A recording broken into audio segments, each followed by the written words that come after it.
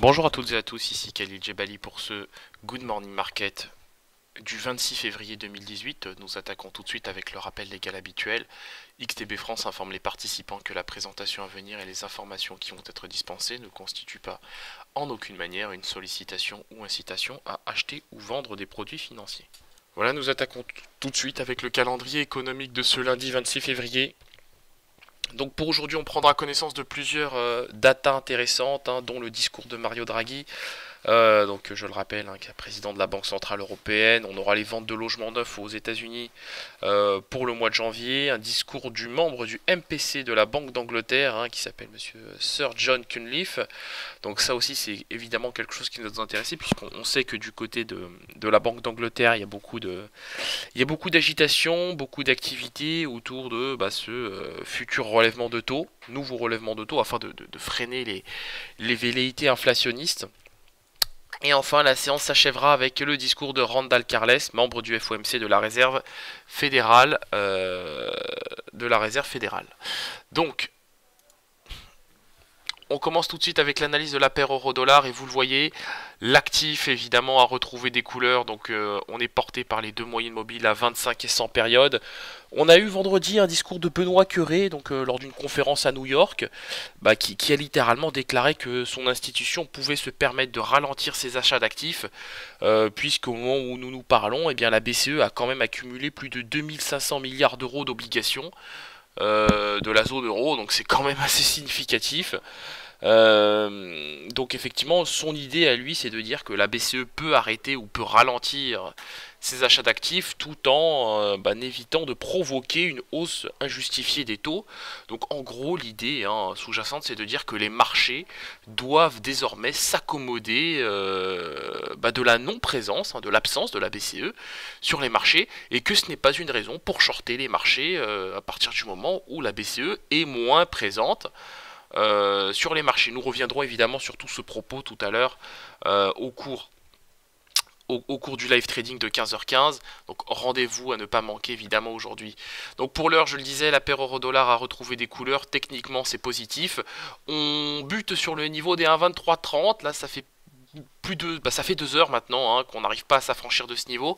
Je pense que si on y arrive, parce que je pense qu'on va y arriver, on va finir par rallier derrière le niveau des 1,2350 et peut-être même le niveau des 1,2370. Toutefois, pour rallier ce niveau, il va nous falloir un Mario Draghi très offensif et un Mario Draghi dans la lignée qui nous sorte un discours dans la lignée de celui de Benoît Cœuré, qui, je le rappelle, est membre du directoire de la Banque Centrale Européenne. Nous enchaînons avec le DAX 30, donc visiblement les indices vont bien, ça va mieux.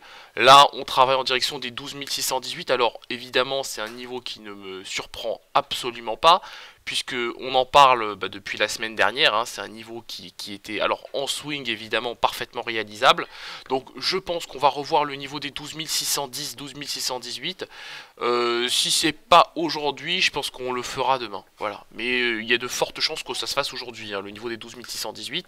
Donc, je pense que ceux qui ont suivi ce Good Morning Market, ceux qui suivent régulièrement les Good Morning Market, ne sont pas du tout étonnés de voir le DAX poursuivre sa progression en direction du niveau des 12 618 points. Le gold qui lui aussi retrouve des couleurs au même titre que la paire euro-dollar, c'est positif, l'actif est porté en H4 par toutes les moyennes mobiles, que ce soit la moyenne mobile à 7 périodes, 25 et la 100 périodes, donc la toile de fond est foncièrement haussière.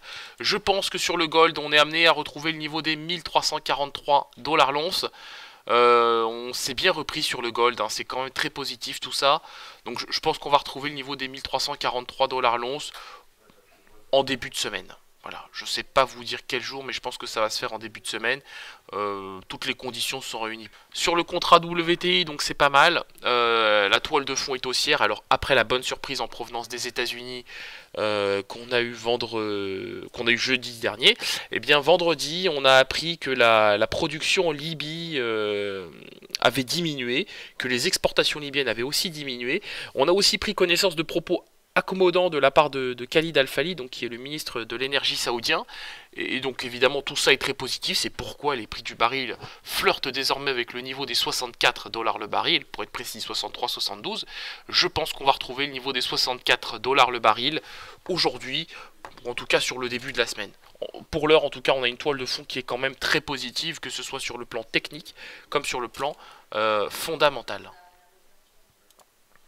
Nous enchaînons avec l'indice S&P 500. L'indice évolue évidemment en tendance haussière. On est porté par la moyenne mobile à 21 périodes.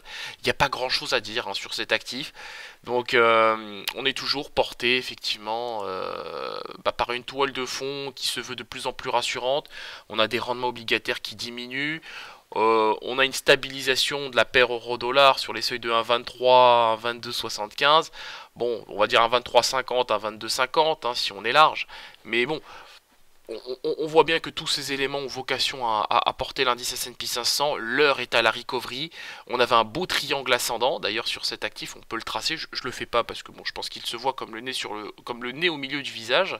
Donc pour l'heure, c'est le niveau des 2760 points que j'ai en ligne de mire.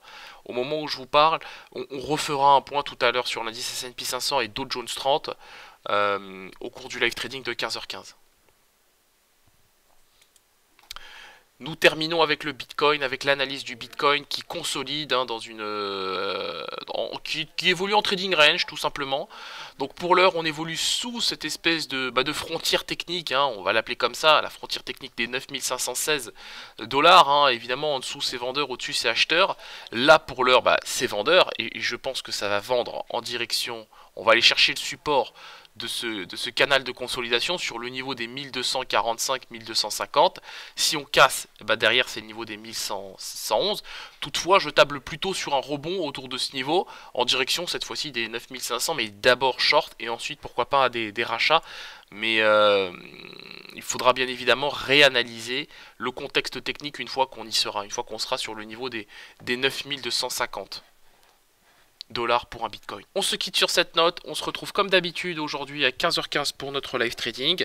D'ici là, vous aurez évidemment des signaux de trading postés sur le site XTB. Donc soyez attentifs à ce qui sera publié ce matin sur le site. Merci à vous et à tout à l'heure.